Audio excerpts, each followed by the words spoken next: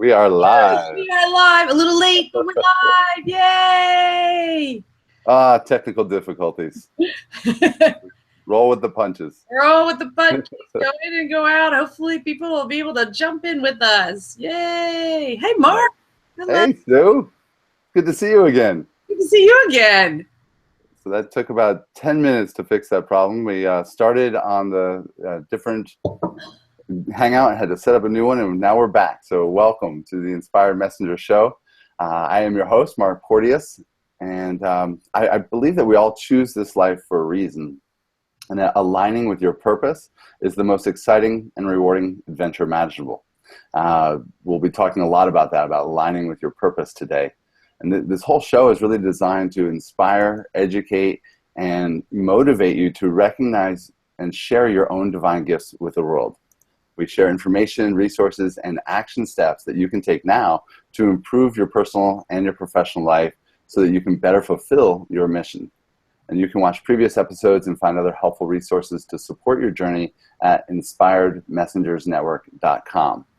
I'm blessed to work with amazing mentors and teachers who I'm aligned with in our mission to empower inspired messengers and soul-driven entrepreneurs with the tools and support that they need to thrive in their purpose. Another key word for today is thrive.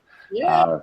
It's a great pleasure to introduce my mentor and colleagues to you so we can all benefit from their wisdom and their sharing. And speaking of sharing, we would appreciate if you share and like our Facebook page at inspiredmessengersnetwork.com here on Facebook. You can also catch the IMS, the Inspired Messenger Show, live every Tuesday at 2 p.m. Eastern Time and watch our previous shows at the inspiredmessengersnetwork.com. So today's topic is embracing your core values and beliefs, which is essential to aligning your purpose and express your message in a way that can support you financially as well as spiritually and as a whole being. Today on the show, my friend and colleague Sue Geyer is going to share her unique process to bridge your personal values to professional profits. And this simple and highly intuitive method will help you to identify your core essence and live your life through authentic expression of who you really are. Hi, Sue. How are you? Good, Mark. I love this. We are so aligned, and I know we've talked before, but as I was hearing you go through all of what your mission is and your purpose, I just get chills because it's so the work that I feel like I'm called to do as well, which is why we almost immediately lined up when we first met a couple months ago. So I'm excited to be here. Yeah, me too. And it's funny because I know that part of it is feeling rushed, but I'd like to give people a little bit of sense of who you are. So if you don't mind, I'm just real quickly share your brief bio. Sue is a highly regarded coach and intuitive business consultant and founder of Thrive for Success, a business and personal development firm dedicated to making thought-leading entrepreneurs and business leaders more successful.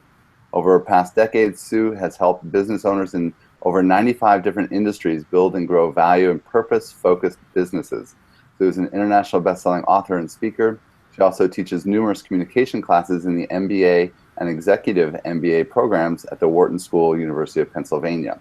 Part of why I wanted to share that was because, again, you hear a lot of the same click words. We are definitely very, very much aligned, and I'm really excited to share your gifts with our audience.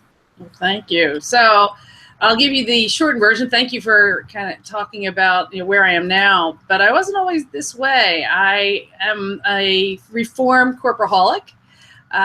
So I actually loved being a corporaholic at the time. At least I thought I did. I was an exec for a healthcare company and was go until 1999 when I had a wonderful opportunity while on maternity leave with my first son to spend a month in Geneva, Switzerland. My husband was working there. And so I was Madame with baby for a month. And I got to explore museums and really connect with my son and get to that place of more being than doing. And that was the first time for me to really think about less doing and more being. And that really I always say my life transformed having seen the moon on the other side of the world. And that is so true because you have those life moments. So I came back in November 1st. Well, I'm almost at 17 years when I made this decision. I came back and had my first coaching class. And well, that November 1st was the first day I went back to corporate job, sitting in a management meeting going, something's not quite right here. And I love numbers. I love corporate. I love business. And I love being a mentor to I had 85 staff and 9 supervisors at one point. And then I took my first coaching class and said, aha, this is what I meant to do. Because it was like putting on an old coat. I was like, I've been doing this for 15 years, what I did with my staff. And it was a different place of being. So fast forward kind of 17 years, I consulted for a while. I worked with people in healthcare initially because that's what I knew. Then I kept having kids, so I worked with a lot of moms.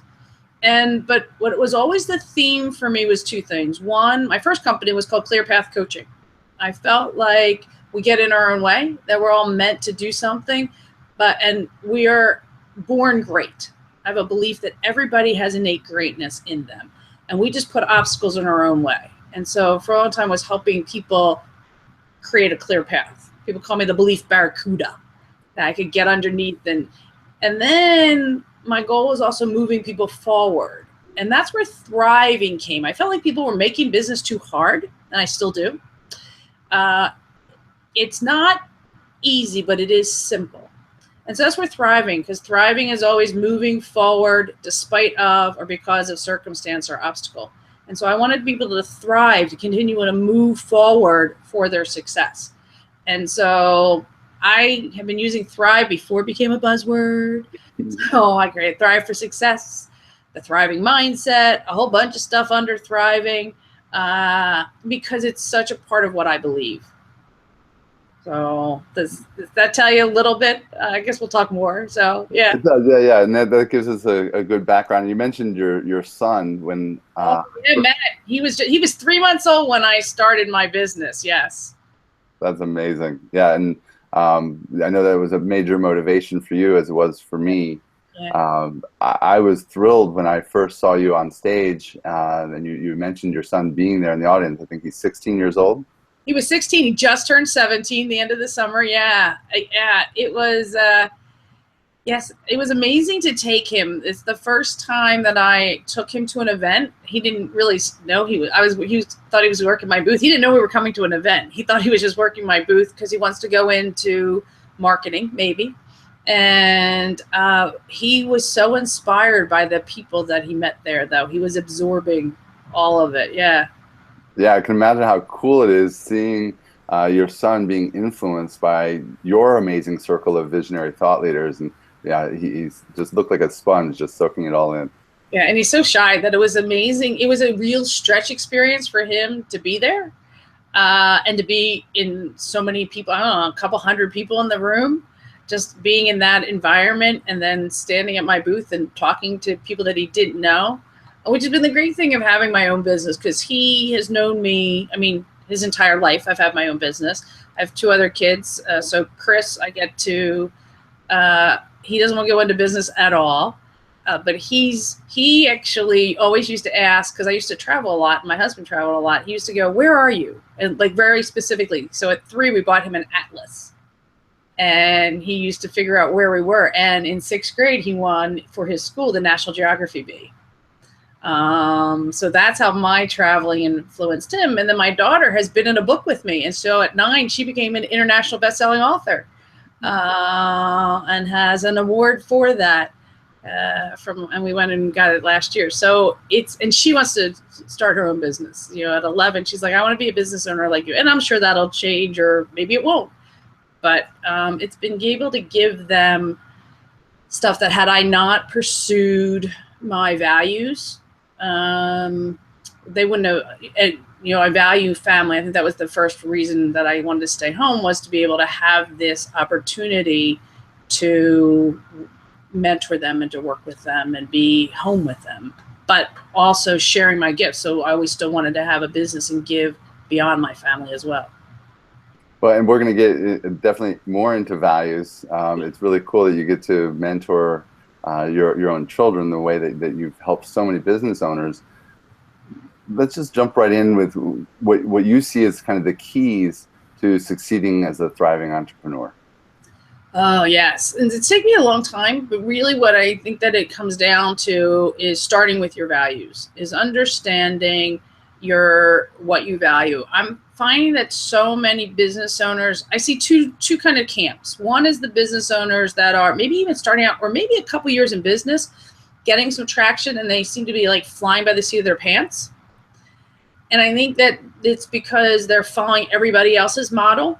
I'm actually I'm writing a blog post right now. Hopefully I'll finish it. I will finish it today. Not hopefully. I will finish it today because I'm on this rant a little bit about, I think people have lost the you in your business.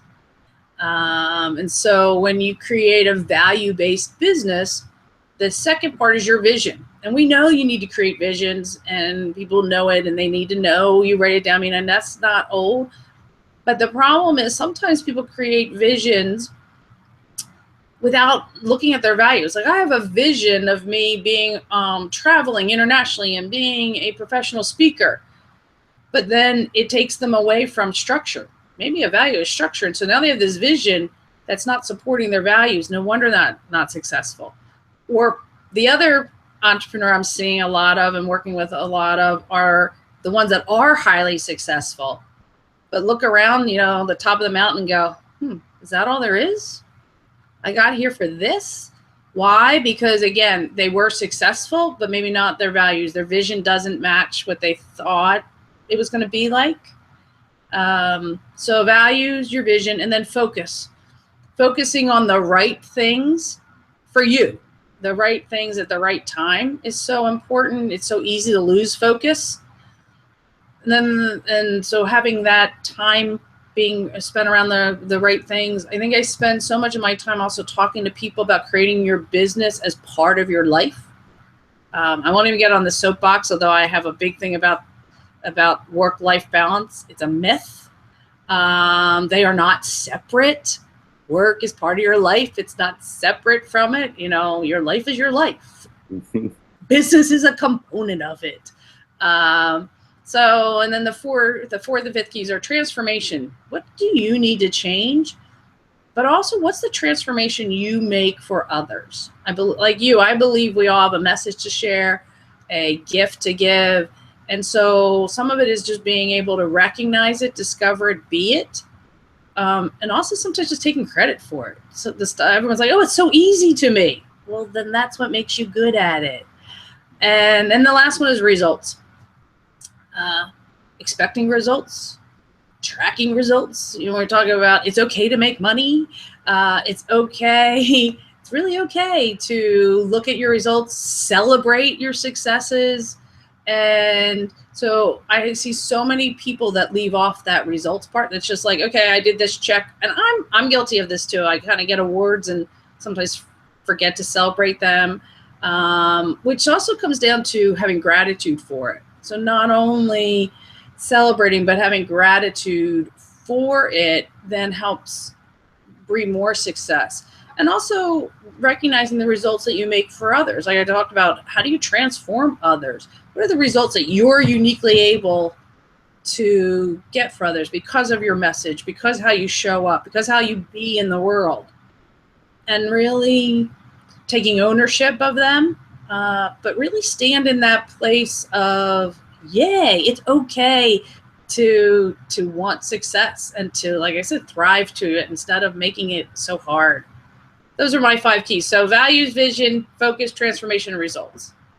That's beautiful. And we could spend hours talking about any one of those pieces. And again, they're all very well aligned with my work, but especially values. And I love that values is first in my business training program. That's the very first thing that we talk about is what are your values. And you have a really cool couple of different processes. I've been through your core essence process. And you've got a great bonus gift. So anybody who's watching right below the video, if you're on Facebook, just click that button and you can download Sue's gift. Tell me a little bit why values is first and how you go about getting clear, because you could have a list of 100 values, but you actually hone in on it. Exactly. And it's interesting because in my first book, I actually think I looked at vision first, and I've gone back and forth. Do you have to have your vision first or your values, or do you have your values or your vision? And I really, in my own mind, going back and forth and back and forth. And really what I found is you need to know and understand your values first. But values change over our lifetime. And so what I have really worked on this process of understanding that we have these core values. And when we can hone down to them, and oftentimes people think they know their values and they think they know what's important to them. Oftentimes we create aspirational values, like I want to live into this value. And that's okay. Having aspirational values are okay, things that you want to live into because you admire in others. Because values give us a path to kind of live by. But there's really these core values, and then there's a deeper level, and like you mentioned, the essence level. So the gift I'm giving is the first level is, what are your values? Understanding what you value right now. Understanding what is driving how you're thinking, driving how you're behaving, driving how you're making decisions. And also understanding that changes over our lifetime, that it evolves. Circumstance, situations, we become parents, or we change jobs, or we're in a different environment. And so the things that we value might change over, and do change over our lifetime. But we have then this deeper level from which kind of the values come out of, called essences. And I started realizing this about 10 years ago. And I've done a lot of research, and then just really the process, it's a gift. There's no other way to say it. It's, and I pushed, for God's sake, I come out of corporate, I teach at Wharton, and I was being able to see very deep into people and see things for people, futures of people's businesses that I didn't even realize. And I'm very practical. So it took me a while to reconcile this intuitive piece. Like now I can say I'm very intuitive. It took me a long time to publicly say that because I guess I am almost a very functional woo-woo, I am very practical on it. I can really so to go back to, we have these essences that are deep inside us. Some people have called it soul. Some people have I kind of see it as your inner fingerprint. And when you understand what they are, and again, there's research to show that these are established young in childhood. I'm not able to say they're innate, but I definitely know they establish in childhood, and they don't change. They're different than values in that they don't change over your lifetime. And they come in three components. One being your oxygen, which I try and create businesses with people that they love the work that they're doing. And your oxygen is what fills you up. Some people call it their fuel. It's their passion. So I know, Mark, I bet you there's been times in your life when you have felt less passionate about things, or maybe disempowered by things. For me, my oxygen is teaching. So no surprise that I just naturally teach. So when I was, in corporate with my 9 supervisors, my goal was to teach any one of them that they could take over my job. It was just natural. I was constantly doing workshops, and I used to do a lot of teleclasses.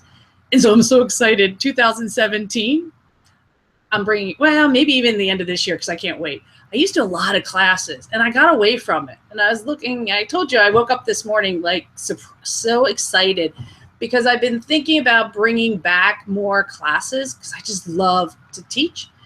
And I'm doing that. So I'm coming back to teaching. And I used to hold a Thriving Revolution call because I think we need more people in this space of moving forward. And that's coming back in November. Right before this call, people should come on to the Thriving Revolution call. So that's coming back in November. I used to do it every week. It's 30 minutes, 20, 30 minutes. So that's coming back. I just decided that that's coming back. That's great. And so I will go off track. So oxygen, and then you have your lens, which is how you see the world. When you're lack of clarity and lack of vision, probably you're out of alignment with your lens. It's also how you show up around others. For me, and this took the longest time for me to find, is transformation. It's why I see things through the ability to move forward. and why are we moving forward? Now, the bad side is sometimes I keep wanting to make things better that I don't put it out there. So I'm asking people to make me just jump in and put it out there. And then you have an anchor. And your anchor is that one that keeps you grounded. In those times in your life or in your work that you feel like you're adrift or untethered or off balance or just a little not quite right, it's probably because your anchor isn't solid. And it's also, I find, where, because it's the deepest one for people, it's when they get most triggered. And they don't know why. Like, they might be in a room full of people and somebody might do something and they'll see it through their anchor. And and they get angry or have a reaction. Like, why is the rest of the room? For me, it's fairness. So if I think something, not justice, it's fairness. If I think something's unfair, then I now know how to manage that. But I'm like, why doesn't everybody else think it gets unfair? Because it's not their anchor. I used to be when I was on boards of directors, I was the one who was always looking at, are we being fair to our members? Are we doing the best? My staff, I said I had, 94 of them, I guess, with my supervisor and everything. When we had to make policy changes, I was always worried, were we being fair to my staff? And didn't even know it at the time. I did not know that these were my essences because I wasn't doing this work yet. But it just has always been there. Well, that's a great leadership quality as well. Yeah. So, yeah, knowing your essences is huge. When I work with business leaders, it's huge knowing it because also teams working together, understanding each other's essences makes for communication and teamwork so much more effective. And that's the thing you mentioned earlier, that we might know our values, just like we might know what our priorities in life are, but we don't know which one is the top and how they play into our life. So the thing with the values was, I knew my top 10 values. When I went through this process with you, they came out differently. The words changed a little bit, especially after our private session. Yeah. But one of the things that I found out, and I mixed it up when we were talking earlier. So my oxygen, my O2 is purposefulness. Yes. My lens is love, and my anchor is trust. And I was saying that I think I had the love and the trust misplaced when I was taking action. And actually, I think what it was the purposefulness and the love. So I was using love as my oxygen, as my lens. Yes. And you know what I find often when I do this work with people, because I do then, so we do the values place, which helps significantly in making decisions. And then that one-on-one, the core essences, we're figuring it out. And then living in them. And that's where the how to take inspired actions, because people then can use it as their tuning fork. And it's interesting. I've had many people who have used their lens as their oxygen. For example, I've had people that have used, say, curiosity, which was a lens as their oxygen. And so they just stay curious all the time. And it's fun to be curious. We get to play, we get to learn new things, we get to do all this stuff. But really, that was a lens. They were to be able to look at things in a unique way, but then their action was really transformation. So if you're going to transform, you need to take action. You can't just stay in curiosity. And I had somebody else who had creativity as their action, but they were so involved in a project that they had no time for creativity. So they were feeling burnout. And it was a big project that they were working on, with something that was really going to propel them in their business. And I said, you need to bring creativity back, or you're going to hate this. You're going to be stifled. And she goes, well, I have so much to do. I go, well, then you need to delegate the tasks and play in the creativity, and that'll fill you up and make things, again, more easy, leveraged. I've had people change business models because their business models weren't aligning up with their core essences. And once they figure that out, it's like, oh my gosh, I got to the top here and it's not fitting. That's it. That's actually how it first started. So I don't know if I shared this with you, Mike. The way I first started this exercise, and it's gotten so much deeper since then as I understood more, is I had a client who just left corporate and was a consultant. and quite honestly, this goes back over a decade, was not succeeding in her business. And she was doing the same work that she had been a rock star at.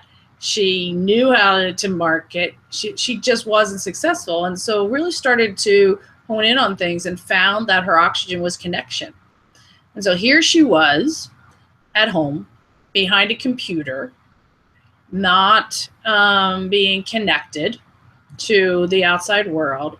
And so we just needed to make up some switches. We started having her go to, this is before every Starbucks was even a hot spot, going to places, reaching out to friends, going to the gym during the workday. Oh my gosh, but being out and about. And that just caused a huge shift, and she became really successful. But she was blocking herself, and it was because her oxygen she was suffocating herself in her current business. So no wonder she wasn't successful. It was huge within a few months, the turnaround in her business. That's how I first started, because I had to figure out a way I could not figure out any other thing that was going on that she should have on paper been successful. She had everything. And I love that she even knew what her values were. But if they're misplaced values, like this whole, your core intellectual property, at the core essence, understanding your oxygen, your lens, and your anchor, and where your priorities fit in those three, like you were mentioning curiosity before. If curiosity becomes your lens, then you might suffer from shiny object syndrome, where you just pop from one thing to the next and you never really anchor in. Yeah, exactly. Connection for many people, they stay connected to things longer than they should, because it's too painful to disconnect. And so being some of the work I'll do with them is how do you disconnect in a way that supports you, but honors that this is no longer the right job, the right situation, the right relationship for you to be in. And just because you don't want to break that connection, same thing for people with trust or loyalty or things like that. So how do you live into recently I had a guy who said, you know what, I was 9 years at a corporate job feeling like something was wrong with me. And it was just that the corporate job wasn't supporting the way he viewed the world, which was more unique and creative. And so it makes a lot of people understand. For people that have done Strength Finders, which is a tool I love as well, I can actually match over to that. I also use that as well. But match how your essences also support your strengths. Fantastic. Beautiful. And again, you mentioned that the gift is something that kind of leads into the deep work. Can you tell us a little bit more about that process? So the values exercise, you mean? Yeah. So the values exercise, and oftentimes people will just say, oh my gosh, this is so amazing. So the values exercise takes about 25 minutes. You need a quiet space. I think I share this with you initially.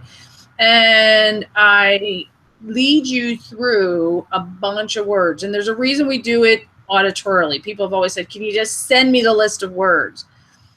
And I have not, because the reason I do it auditorily is I do it fast, as you know, and you've gone through it. It's timed out. I very specifically time it out to about 5 seconds a word. And you're writing, because that writing also creates a connection to your brain and connection to who you are. And you're just writing down the words that you most resonate with. And some people will have page of them. Some people will have 20 of them. I think there's about 114 words I go through. And I have adjusted those over the years as well, as I figured out values. And also I say to people, if there's some word because words, I love language. My background comes from language. Words mean unique things to unique people, to each person. So if there's a word that is not on my list, then I invite people to add that. And then we hone it down through that process to, I won't tell the end because I think you need it, but we narrow it down for you until you create what I call the Thriving Core Values profile. And that profile really makes you look deep into what is important to you. What do you value? What would you not be willing to give up? And people have said, man, I've gone through other values exercises, but nothing like this. And that'll even just take you to a place, which will be really perfect and helpful in making decisions and seeing where you are right now.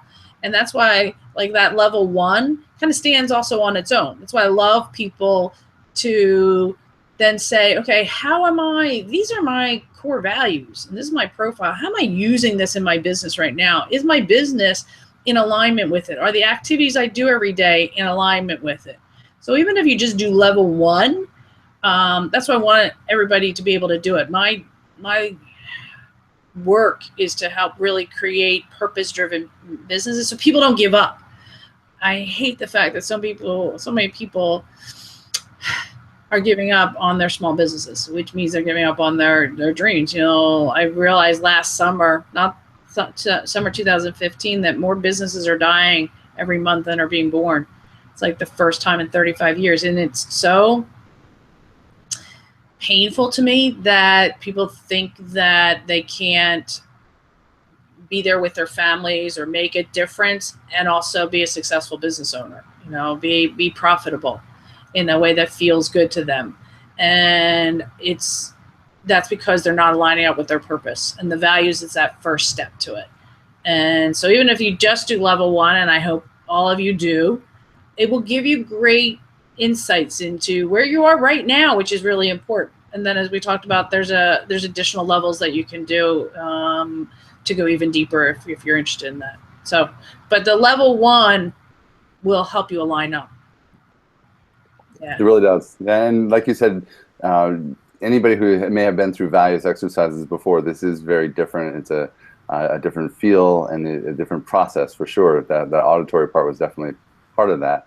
And then going into the core essences, I think it's just so essential for any business owner because, again, even if you know what your values are, understanding about how they play a role in your business and in your life is really critical for the way that you get success.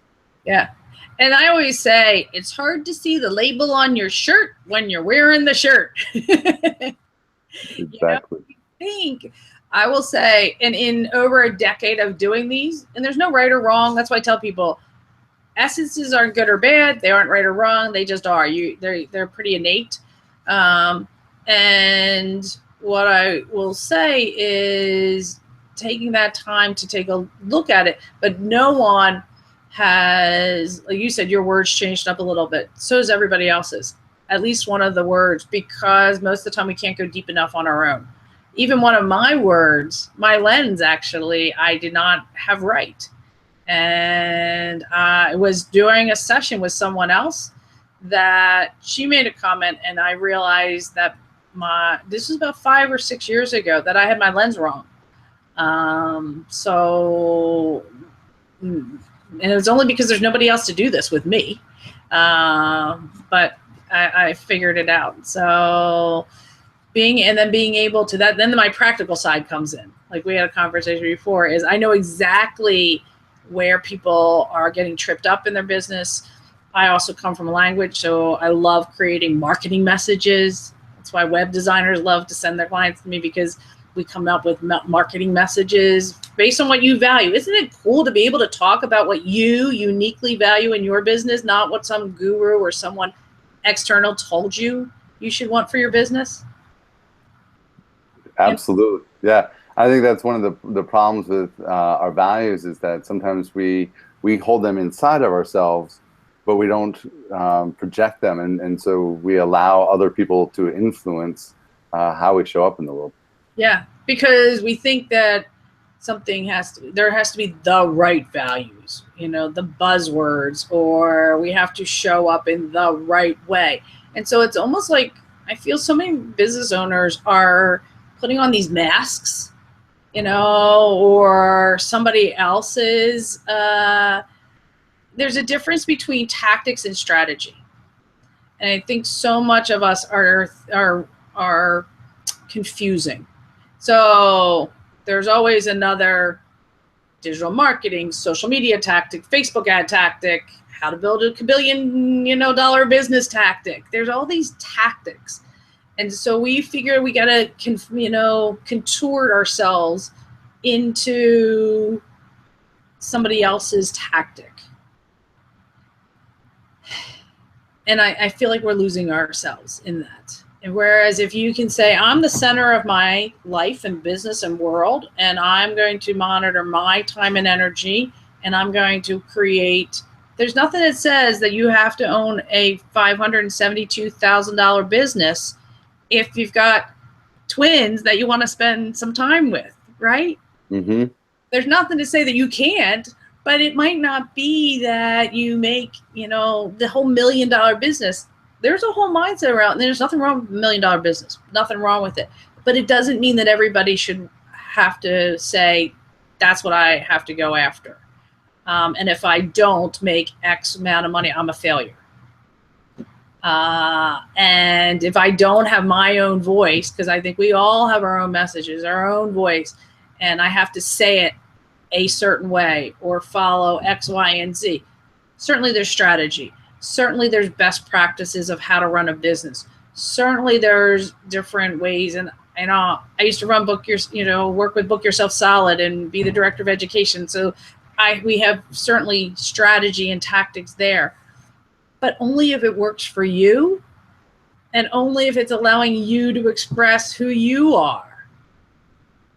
That, I'll get off my soapbox. No, I could talk for you for hours, and we have, and we will. Look at the time. It flies by, doesn't it? It does.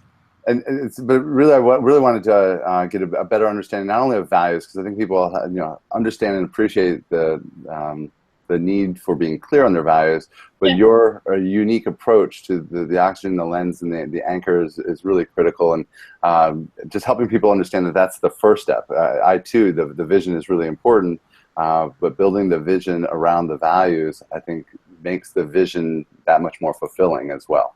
And doable, absolutely, because otherwise you're fighting against it. Absolutely. And so knowing your values, building your vision for your business and your life, because they're combined, around them, and then it kind of trickles down, because we talked about the keys in the beginning. So then it trickles down. So then I know what to focus on. If I know what I value, if I know where I'm going, then I know what steps to take to get there and how to focus on the right things and not go off on all kinds of different stuff. That shiny object syndrome, I've been guilty of that as well. Then you also know what changes you need to make. And then you know what results you can get, that, professional profit. So it always goes from that values all the way to the results. And it's one, and it's linear, but not. It's very circular. Absolutely. Yeah. Well, Sue, I'm so grateful for having you in my life and being able to share your message with our audience. Is there any last words that you'd like to share, or any other things you'd like to say before we say goodbye? Just one, thank you, Mark, for being the inspiration that you are in the world. Thank you for helping each of us stand up.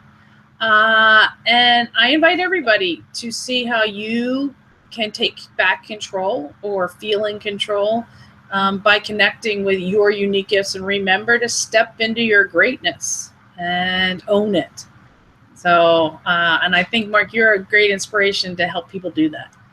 Oh, thank you so much, Sue. And it's just so funny because you love words, and so many of our tick words are the same, like thriving. And one of the things that I like to do after giving gratitude to you for your sharing, not only here on this program, but in the world, is the same thing that you were just saying, to everyone here watching and listening to this program, to understand your unique value, and to realize that you truly are a beacon of light in the world. And I would encourage you to keep on shining. So it was really fun to hear you recognize that in other people the same way that I do, and really just encouraging and giving people the tools to keep shining their light more brightly. Thank you. Thank you for giving me the opportunity to continue to teach, Thank you. Absolutely. So yes, thank you to everyone that is watching, whether you're live or the replay. I really appreciate you giving yourself this time to be here. Like we've been saying throughout this whole call, I really believe that we all have a unique message. And if you are inspired to share your message, I encourage you to check out Sue's gift, download that now. Check out the Inspired Messengers Network, like us on Facebook, and email us. Sue, what's the best way to reach out to you other than having this gift? Is there a way to contact you directly? So you can check out thrivingentrepreneur.com, or you can email me directly at sue@thrive4success.com. Thrive for Success is the name of my company. But I'm really supporting thriving entrepreneurs, so that's where I'm doing a lot of work now as the Thriving Entrepreneur. And we're doing a blogging. We're helping people share their message blogging. So check us out there too. Mark, you're going to blog with us, right? I am, in November. In November, we're going to blog again. So I'll share more about that later. Beautiful. Well, thank you again, Sue. Thanks. I'm so grateful, and look forward to our next conversation. All right. Take care, Mark. Bye, everybody. Bye-bye. Bye, everyone. Have a great night. Dude.